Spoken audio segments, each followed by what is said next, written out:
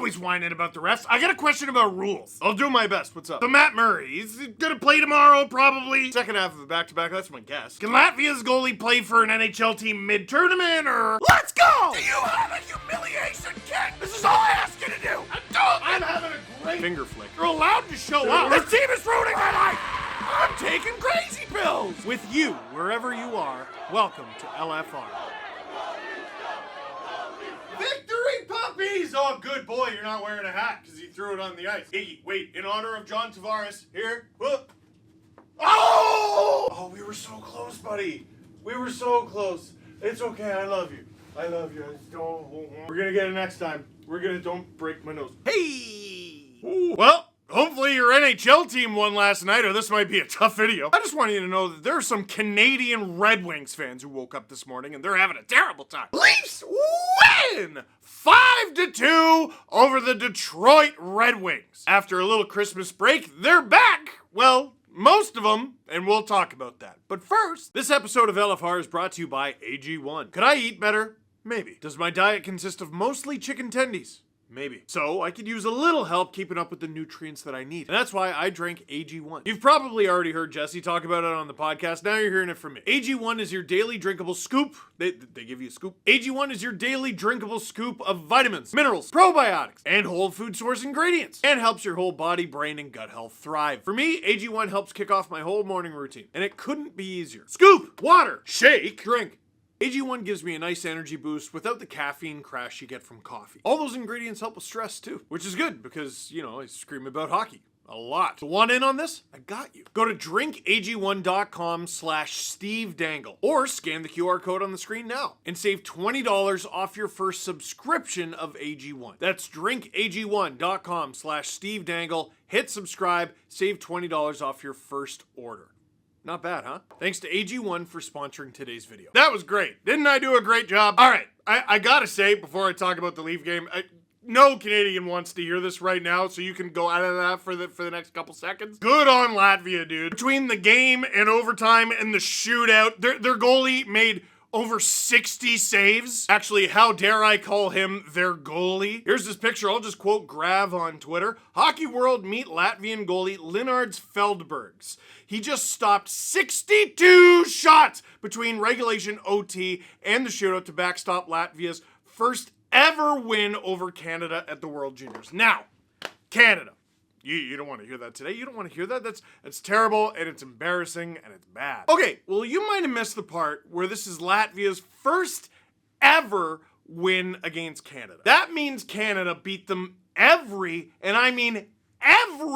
other time. Let me tell you a story. I got to go to the 2010 World Juniors in Saskatoon. Latvia was at that tournament. Latvia did not do well at that tournament at all. Latvia played 4 games. Latvia lost 4 games. Latvia scored 9 goals. Latvia allowed 43. And on Boxing Day that year, that's Boxing Day 2009, Latvia lost 16-0 to Canada. And on top of that, the hotel I was staying at in Saskatoon, I happened to be staying at the same hotel as a few of the teams. I'm not sure how many teams. Latvia was one of the teams. And this sweet older lady who worked at the hotel, she got to know me, like she recognized me as, hey, I'm here to work for the tournament.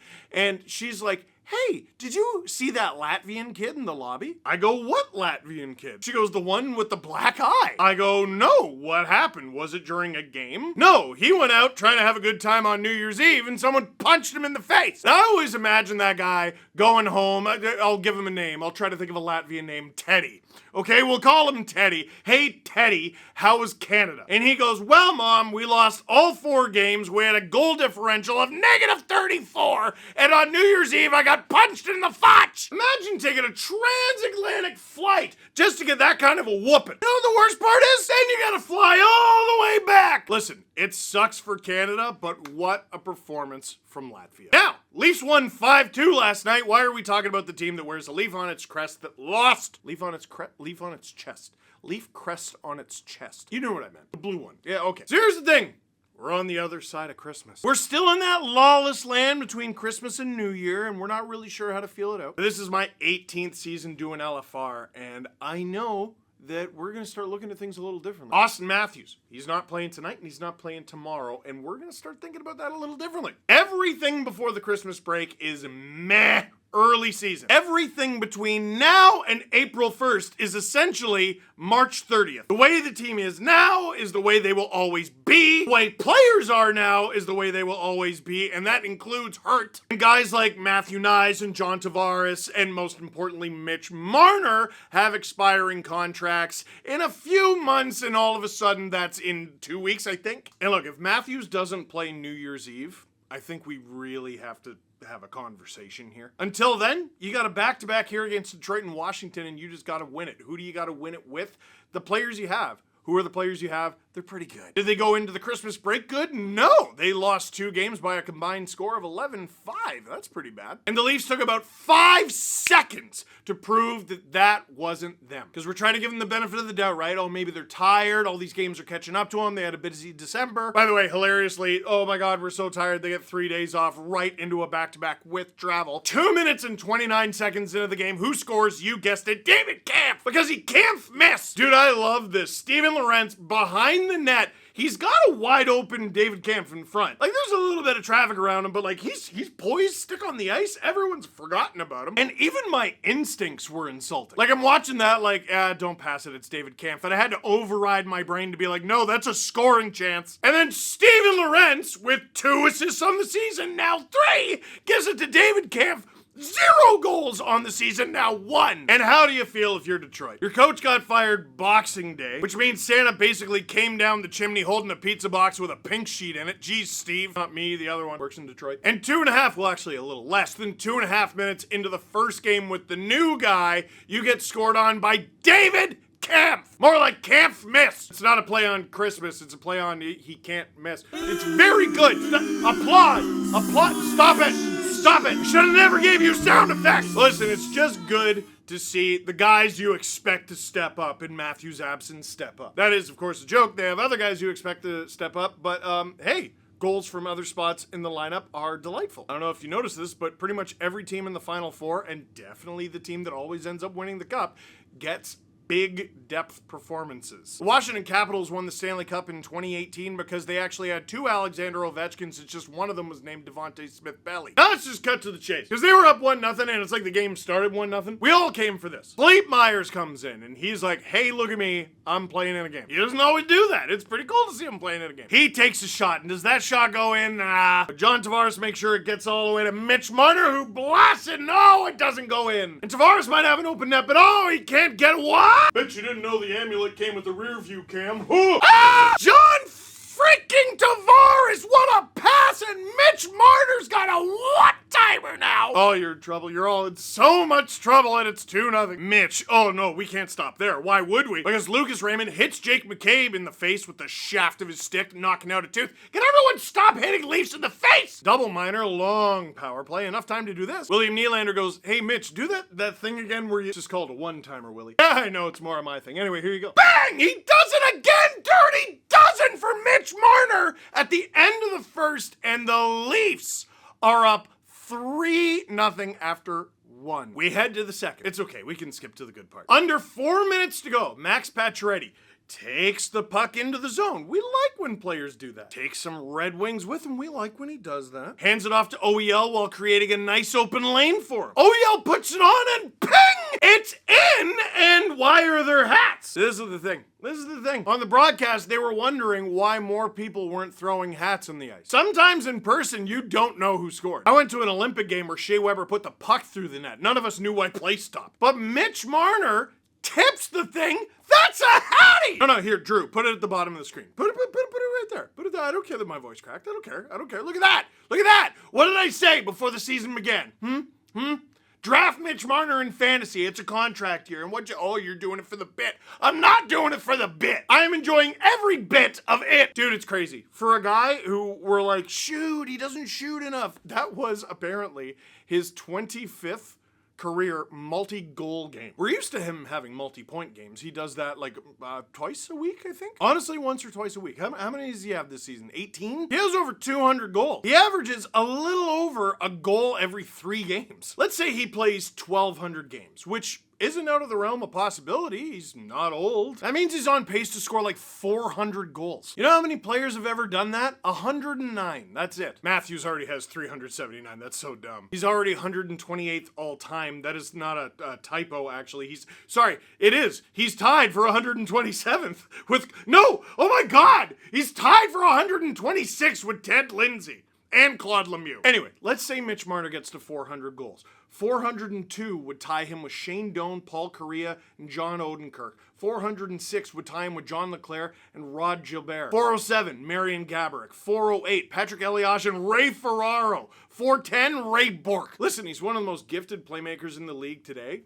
I still say, this is why we tell him to shoot more. You're good. You're good. Do that. You see how you scored 3? Do that. Anyway, then things go from bad to worse for the Red Wings because, dude, there's a defensive zone draw. There's about 3 seconds to go.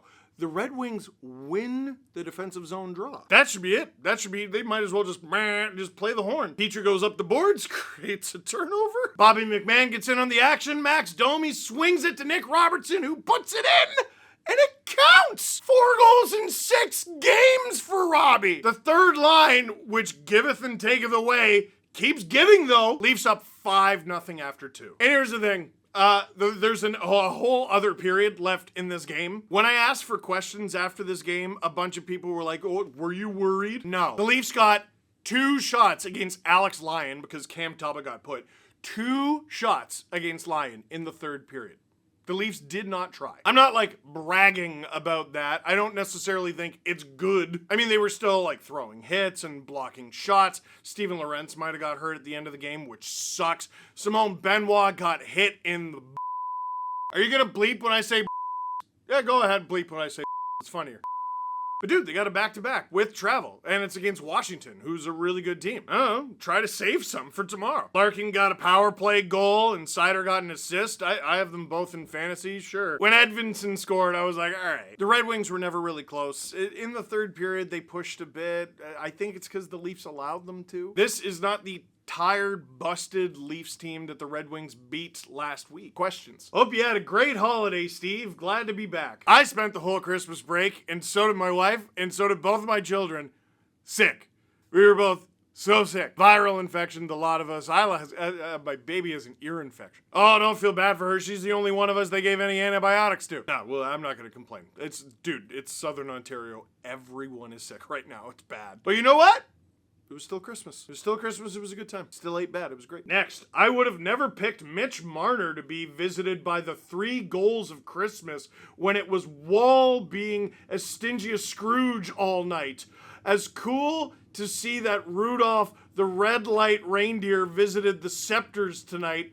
Was all this in your letter to Santa? Byron, I don't care if you have any kids. You're a dad. And to answer your question, yes, that was my letter verbatim. Are these the games we have to really judge the third line by? No, not really. I mean, they have the skill to beat up on teams that are near last place. Detroit's near last place. Buffalo's near last place. They scored on both those teams. They got Washington tomorrow. Again, second half of a back-to-back. That's going to be a big test. New Year's Eve, you got another afternoon game. This one's going to be against the New York Islanders at home. It's a game-by-game thing, right? It's a game-by-game thing. If they have a good game, you call it good. If they have a bad game, you call it bad. You look for the games where there's nothing you can really look at and go, oh, well, the other team had an advantage. In the playoffs, that all goes away. You have the same amount of rest, same opponent in front of you. You play at home a couple games. You go on the road a couple games. You know the deal. How do we get Benoit to stop giving up silly penalties? Dude, I stand by what I said before. I still think refs look at the thing and they go, okay, this guy on the Leafs takes the most penalties on the team, so I'm gonna look to give him penalties. We know refs do that. I'm gonna say this as articulately and clearly as possible. We know refs do this because we caught one saying it on a microphone. Okay? And he wasn't fired. They just stopped scheduling him on games. Which, I don't know if you've ever, had a job before, but that's fired. I mean, I guess if they keep paying you, it's not that fired, but Anyway, my advice to Simone Benoit, I still wouldn't change anything. Why should you change? In April, the rules are going to change. Why should you change? The NHL has repeatedly said not to get better. Don't get better. Be the worst version of yourself, especially come the spring. Were they tired before the break? I think they're tired and hurt. Currently, always. But yeah, they were a lot fresher tonight, and you can tell. Line on this one. Curious your thoughts on the mess / neck and neck race that is the Atlantic Division. It's annoying. It's a nightmare, and I hate it. And it's the same teams every year. It's some sort of cornucopia of Florida, Toronto, Tampa, and Boston. And it sucks, and I hate it. And at the end of the day, Boston went to a Stanley Cup final in 2019. Florida went to the Stanley Cup final each of the last 2 seasons. They even won one of them. Tampa went to 3 straight Stanley Cup finals, and they won 2 of them. One of these things is not like the other. You got to beat the teams in front of you. You got to beat the teams beside you, too. You got to beat the teams they tell you you're playing in the first round. Everyone in that conversation has done it. Tampa's beaten the Bruins. The Panthers have beaten the Bruins. One of these things is not like the other. The Lightning have beaten the Panthers. The Panthers have beaten the Lightning. Find a way.